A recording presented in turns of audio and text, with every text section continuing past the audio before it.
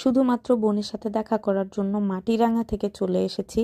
এখানে কোনো planning plotting কোনো কিছুই ছিল না, হুট করেই চলে আসলাম। কুমিল্লা 14 গ্রাম দিয়ে গাড়ি যখন ঢুকছে ঠিক তখনই আমার মাথায় আইডিয়া এলো যে আপুর সাথে একটু দেখা করে যাই। তারা সেদিন ঠিক সকালবেলায় এসে বাংলাদেশে নেমেছিল। আপু একবারও কল্পনা করেনি যে আমি আসব। আমি নিজেও আপুকে জানাইনি, কজ আমি নিজেই কনফিউজ ছিলাম কি যাব কি যাব না।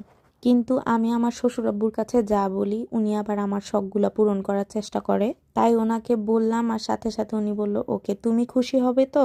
তুমি খুশি হলে বাবা তোমার সাথে অবশ্যই যাব। আর এই যে আমার ননদ সহ কলিং বেল টিপতেছে আর আমার বোন এখনো লেট করছে, আমার আর সহ্য হচ্ছিল না।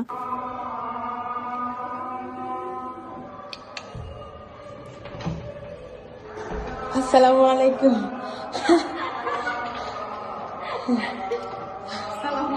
আসসালামু আলাইকুম। ওয়ালাইকুম সালাম, ভালো আছেন?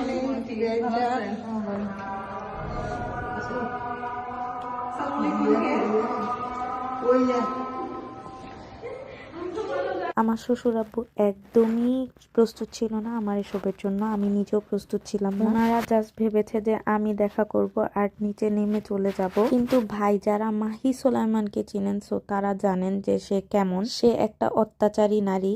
হ্যাঁ ঠিকই বলছি, ভালোবাসার অত্যাচারী আর কি। তার কাছে যাবেন আর সে ভালোবাসবে না, এটা হতেই পারে না। তার মনে ভরপুর ভালোবাসা থাকে অলওয়েজ।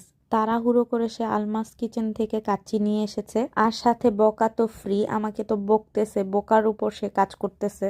কারণ তার একটাই কথা, আমি তাকে কেন বললাম না, কারণ বাসার সবকিছু অগুছালো, সে মাত্রই এসেছে, বুঝতেই পারছেন সে সৌদি থেকে আজকেই এসেছে, আজকে সে কিভাবে কি করবে তার মধ্যে আমি কিছুই বলিনি। আমি জানি আমি বললে সে রান্নাবাড়ি শুরু করবে, আরো কত আইটেম বানানো স্টার্ট করবে, তাই আমি আসলে কিছু বলিনি। তো যাই হোক, লটস অফ বকা সকার সাথে খাওয়া দাওয়া হলো, অনেক ফান হলো, আড্ডা হলো। সবাইকে ঢেকে দিচ্ছি কারণ জানি না কে কমফোর্টেবল কে আনকমফোর্টেবল ফিল করবে। সো এই ছিল আজকের ব্লগ, টাটা।